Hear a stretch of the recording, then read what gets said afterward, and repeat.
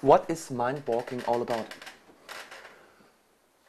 MindWalking is about restoring ability and about improving relationships.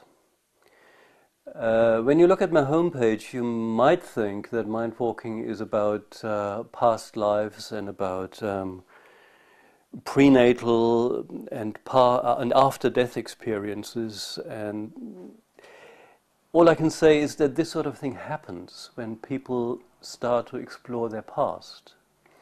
It is not what we in particular want to see happening.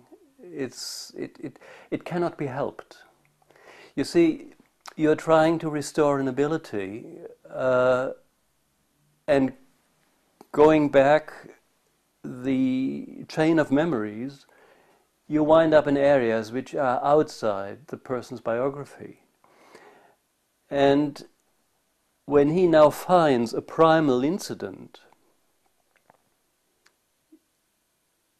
which answers up to his problem, he will feel relieved and happy, and his ability will be restored. But we are not pushing for that. The main thing is to restore an ability, not to go hunting for past lives or angels or any such stuff. To give an example, if somebody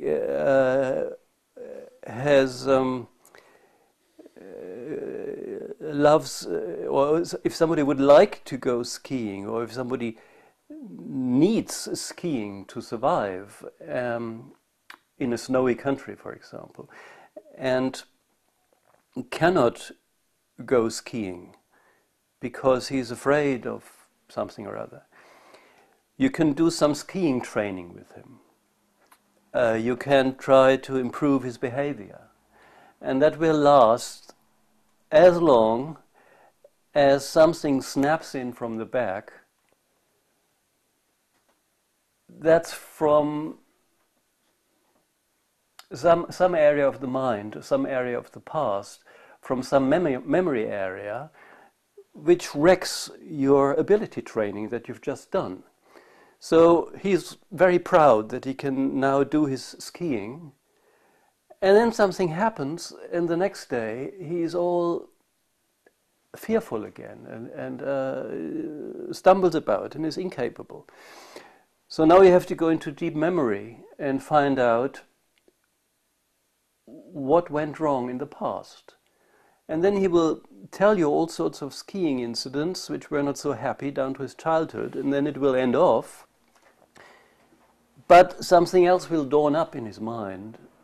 And when you ask him that, he will rather carefully say, well, I don't know, I seem to see something like a North Pole expedition, but I've never been to the North Pole. And then you ask him all about this North Pole expedition, and it turns out he tells you of Admiral Byrd on the South Pole, or of Amundsen on the North Pole, and some crew member who died and perished and that sort of thing. So after having run through this particular incident with all the somatics and all the emotions, reliving all the drama and reliving the traumatic aspects of it, the person will feel capable to go skiing. So we're talking about restoring capabilities. We're talking about restoring abilities. And if it can't get done by training, you have to find the reason why, which is a traumatic incident somewhere in the past. And that past may not necessarily be the past of the person in front of you. It could be a downloaded past from the internet of souls and spirits, of the general unconscious, you know. So because you can download data, things that happen to others, and they impinge on you with the same power as if it had happened to you. So in restoring ability, we can't help working on memory, on primal causes, on primal incidents, and that takes us outside and beyond the biography of a person. Whether we are talking about past lives or about downloaded stuff, about telepathic connections, is a different matter. The client will know the answer if he's interested. If he's not interested, he's just going to be happy to have to see his ability restored. And I was saying that MindWalking is on improving relationships. That is not only referring to relationships with your friends and family or business partners, it's also restoring with whatever you can communicate with. For example, your relationships with skis or with skiing would be disturbed if you had a primal incident with regard to skiing. Your relationship with coffee cups would be disturbed if you had burnt yourself with coffee cups. Your relationship with the idea of demons might be disturbed because secretly you feel there's a demon influencing you, but you wouldn't dare tell anyone about it. So you'd have to fix your relationship with that demon. Now, you could say, well, that's all imaginary. Who knows? For the person in front of you, it's not imaginary. The person in front of you feels there is a certain something which influences him in the present in a bad way.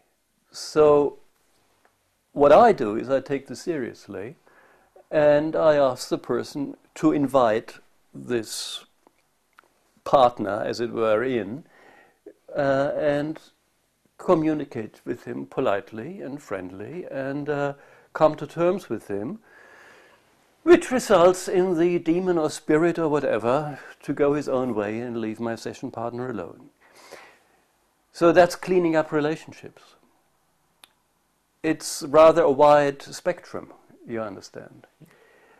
But it is not pushing for that sort of stuff. It's always starting with what is the actual problem you feel needs handling. What's the situation you want to improve?